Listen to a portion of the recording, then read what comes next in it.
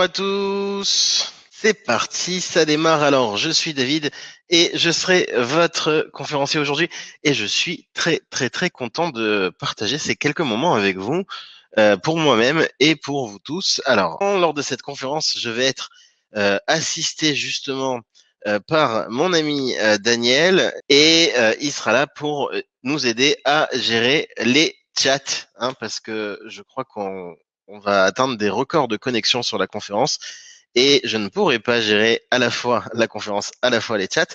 Il fera les chats, je ferai la conf et puis on avancera ensemble comme ça, de cette façon-là. D'ailleurs, pas de problème Pascal, pas de problème tout le monde. Bonjour, je fais pas le tour, mais bonjour vraiment. J'espère que vous tenez le coup dans ce confinement un peu particulier. Alors confinement, mais pas isolement, hein, je l'ai dit déjà à d'autres personnes. Confinement, mais pas isolement. Isolement, c'est quand on est seul. Confinement, c'est quand on est confiné. Et là, on n'est pas seul. Vous voyez, on est en bonne compagnie. En tous les cas, moi, je suis en bonne compagnie. Aujourd'hui, mon sujet à moi, c'est affilié commando. Comment générer des ventes immédiates sans produit, sans site et sans même gérer les commandes. Beaucoup d'entre vous connaissent le e-commerce, le dropshipping, c'est une des méthodes qu'on enseigne souvent chez e-commerce Academy, le marketing digital aussi, l'affiliation, c'est aussi, ça fait partie du marketing digital et c'est pas une forme de marketing qu'on enseigne en tous les cas côté affilié, on l'enseigne côté annonceur, mais pas en tous les cas côté affilié. Et ici, je vous ai préparé un programme pour vous expliquer qu'est-ce que c'est que l'affiliation, comment on génère des revenus avec, mais surtout si on n'a pas de communauté, de site internet et autres, comment on fait pour quand même en tirer profit. Quel est le programme aujourd'hui? Donc, dans un premier temps, on va se demander qu'est-ce que c'est que le marketing d'affiliation. Ensuite, on essaiera de comprendre les différents modes de rémunération d'un affilié. Qu'est-ce que veut dire premier clic, dernier clic? Focus sur le lien traqué. Donc tout ça sont des éléments qui correspondent au monde de l'affiliation. Comment trouver un programme d'affiliation? J'ai un petit cadeau aussi pour vous. Si vous ne savez pas qu'est-ce que vous allez faire comme affiliation, je vous ai prévu quelque chose. Technique débutante pour diffuser son lien sans avoir de site ni de communauté. On va rechercher des groupes, on va travailler le message, on va apprendre à poster, on va apprendre à s'étendre, on va apprendre à encaisser son paiement et on aura la partie des questions-réponses. Premier sujet, qu'est-ce que c'est que l'affiliation? Bien. Alors, il faut voir l'affilié comme un apporteur d'affaires dans un bon français, un apporteur d'affaires pour un site qui vend en ligne. Ça peut être un site de produits, ça peut être un site de service. Alors c'est très fréquent sur les vols. Quand vous achetez des vols, aujourd'hui ça risque pas d'arriver, mais si vous achetez des allers-retours Paris-New York par exemple, le premier réflexe que les gens vont avoir, c'est d'aller sur ce qu'on appelle un comparateur de vol et mettre la recherche, Paris-New York, les dates, etc. Et le comparateur de vol va nous donner un résultat avec différents tours opérateurs et différentes compagnies aériennes, ainsi que les différents horaires et différents tarifs. Et puis de là, une fois qu'on a choisi notre vol, on va cliquer sur l'annonce en question et on va aller sur le site de la compagnie aérienne directement. Et on se demande bien que fait ce comparateur au milieu. Enfin, on sait qu'est-ce qu'il nous apporte, mais on ne sait pas toujours quel est son modèle économique. De quoi il vit?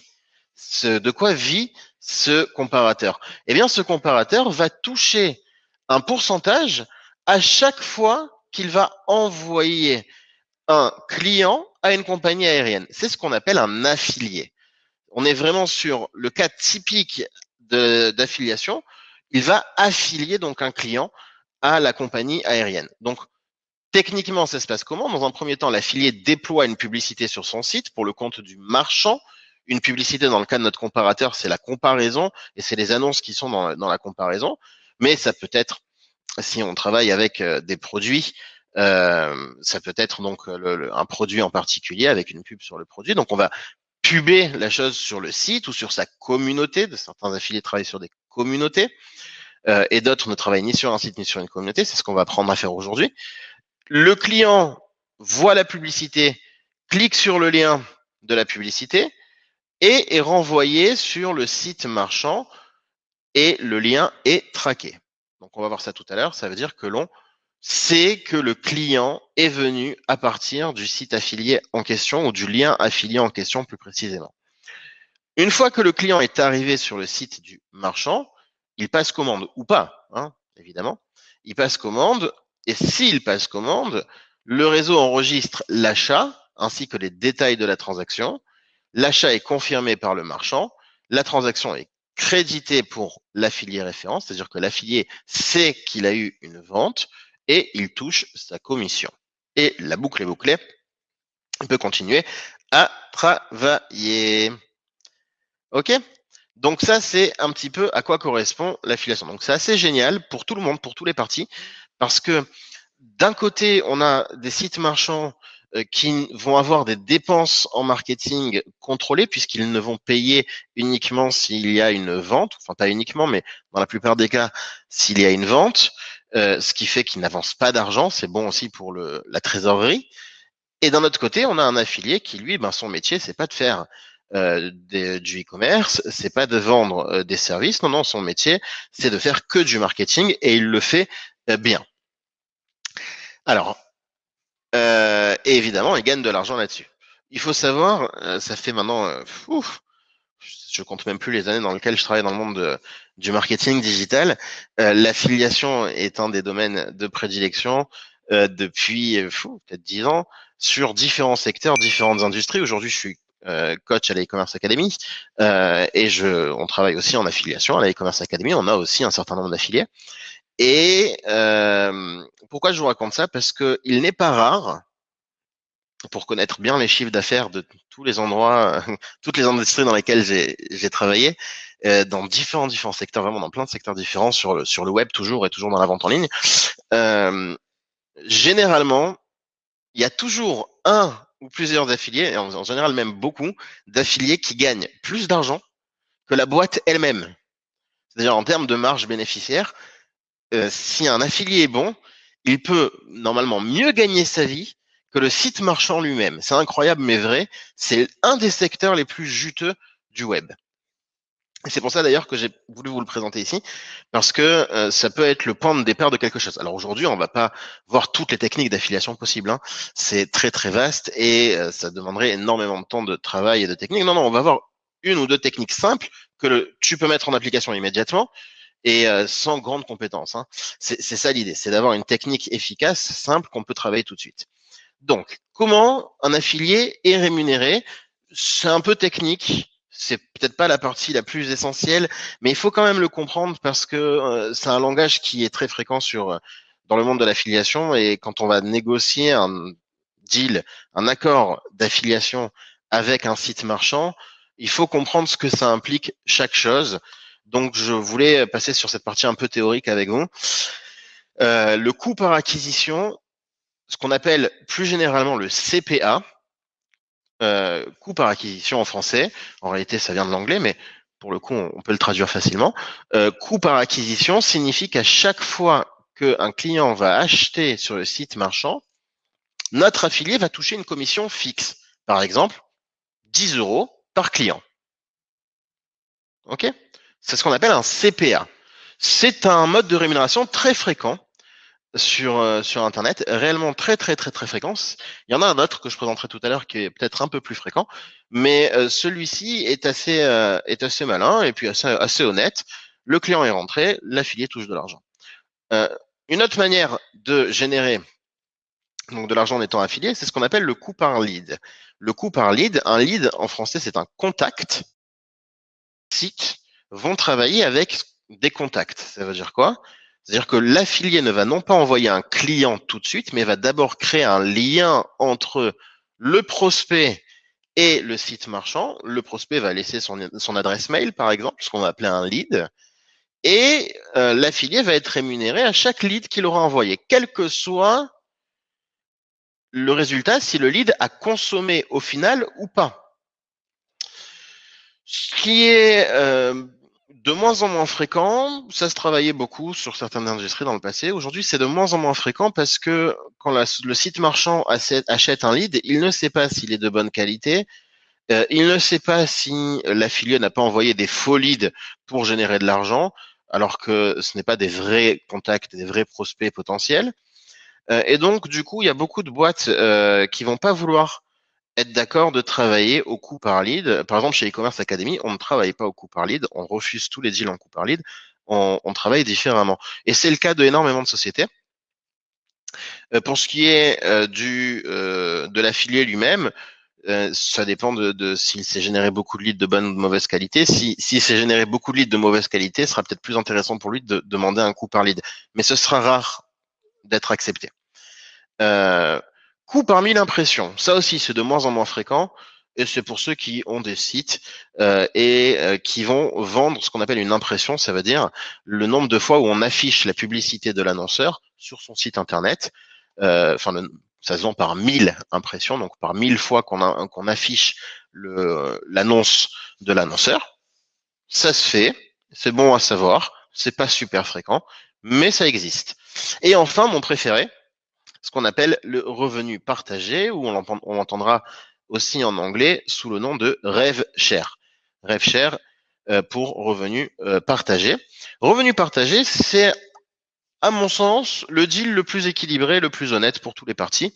Le client achète et l'affilié touche un pourcentage défini en avance de la commande. Il sait qu'il va toucher 10% ou 15% ou 20% de la commande, suivant les différents deals qui existent. Il y en a même des fois moins, 5%, ça dépend, des fois plus aussi. Donc c'est un revenu partagé. Le site marchand est d'accord de partager l'argent qui est rentré à l'intérieur. Okay, selon un pourcentage bien défini. Donc c'est pas la différence entre le coût par acquisition, entre le CPA et le revenu partagé, c'est que le CPA, on achète le client. On va payer 10 euros par client ou 100 euros par client, quel que soit le montant de sa dépense dans le site marchand. Il peut dépenser 5 euros comme 1000 euros, l'affilié touchera 100 euros. Et souvent, en CPA, une société va payer à perte, va acheter un client qui va consommer même moins que ce qu'il aura payé à l'affilié en question. Le revenu partagé, c'est un équilibre, c'est le pourcentage de ce qui est rentré. Voilà. Donc on me demande est-ce que ça implique une démarche chez les entreprises pour un partenariat?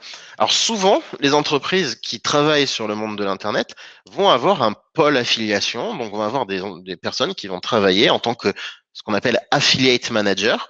Et ces affiliate managers vont essayer de repérer et de rentrer en contact et de nouer des partenariats avec des affiliés potentiels. Ça peut marcher dans ce sens-là. Et à l'inverse, un affilié qui est challenger, quelqu'un qui démarre et qui n'est pas tout de suite repéré par des boîtes, lui aussi peut démarcher proactivement les sociétés et leur dire, est-ce que je peux vous faire de l'affiliation? Est-ce que ça vous intéresse? Alors, suivant la politique de l'entreprise, des fois ça va intéresser, des fois pas. Normalement, ça dépend. Voilà, chez e-commerce Academy, normalement, on ne travaille pas avec des petits affiliés.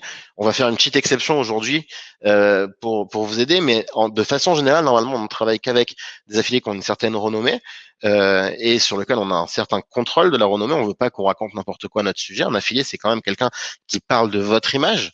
Donc, il y a des sociétés qui vont pas accepter forcément, mais dans la plupart des cas, ça se passe plutôt bien. En général, une société est d'accord de recevoir ce qu'on appelle du trafic et des clients potentiels. OK? Lead égale un prospect. Exactement, pour faire court, nous dit Charles. Merci. Bien. Premier clic et dernier clic. Alors ça aussi, c'est une notion qui est importante à comprendre, même si ça reste encore dans la théorie. Je suis désolé, je vais faire un petit peu de théorie, mais je vous assure, c'est pas long. Après, on passe vraiment dans l'action. Mais il faut comprendre les choses. Donc, premier clic et dernier clic, qu'est-ce que ça signifie? Quand un affilié envoie un client à quelqu'un ou un prospect à quelqu'un, à un site marchand, le site marchand va lui dire, tiens, ce prospect, je vais te le payer. Ou ce client, je vais te le payer. Mais parfois, deux affiliés différents ont envoyé le même client au site marchand. Et dans ce cas-là, qui est payé? La problématique se pose, qui la société va décider de payer le client qui a été envoyé? Alors, il n'y a pas de bonne ou de mauvaise réponse à ça. C'est une politique interne de chaque société, de chaque entreprise. Généralement, on voit souvent le paiement au premier clic ou au dernier clic. Ça veut dire quoi? Ça veut dire que le site marchand dit, le premier qui m'a envoyé le client, c'est celui que je vais payer. Ou alors, à l'inverse, Le dernier qui m'a envoyé le client, celui qui est le plus proche de la commande, c'est celui que je vais payer. C'est les deux plus fréquents. C'est ni bon ni mauvais. C'est juste que c'est important de savoir que si tu as un affilié que t'envoie le premier client, ben, tu l'as à vie. Ou à l'inverse, si tu as un affilié et que tu as quand même ta place à prendre le dernier clic, mais tu as par contre en revanche, tu as le, l'enclume sur la tête de te dire bon ben, il y a peut-être un autre affilié qui va me piquer mon client sans le vouloir, hein. Généralement c'est pas voulu, c'est juste que les deux le client s'est retrouvé au même sur deux affiliés en cliquant sur deux liens différents, une fois le lundi, une fois le vendredi, hein. C'est pas forcément au même moment, généralement pas au même moment d'ailleurs. Il y a d'autres modes de rémunération, mais on va pas tous les détailler ici. Ça peut être en rafale, ça peut être en lead puis cascade. Enfin, il y a vraiment beaucoup de modes différents, mais je voulais présenter les deux principaux. Et enfin, on disait tout à l'heure, comment le site marchand sait que ce client est arrivé de tel affilié.